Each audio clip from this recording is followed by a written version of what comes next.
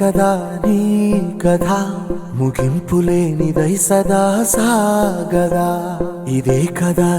కదా నీ కథ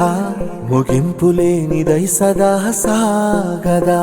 నీ కంటి రెప్పలంచున మనస్సు నిండి పొంగిన ఓ నీటి బిందువే కదా నువ్వెతుకుతున్న సంపద ఒక్కొక్క జ్ఞాపకానికి 100 ఏళ్ల ఆయువుందిగా ఇంకెన్ని ముందు వేచెనో అవన్నీ వెతుకుతూ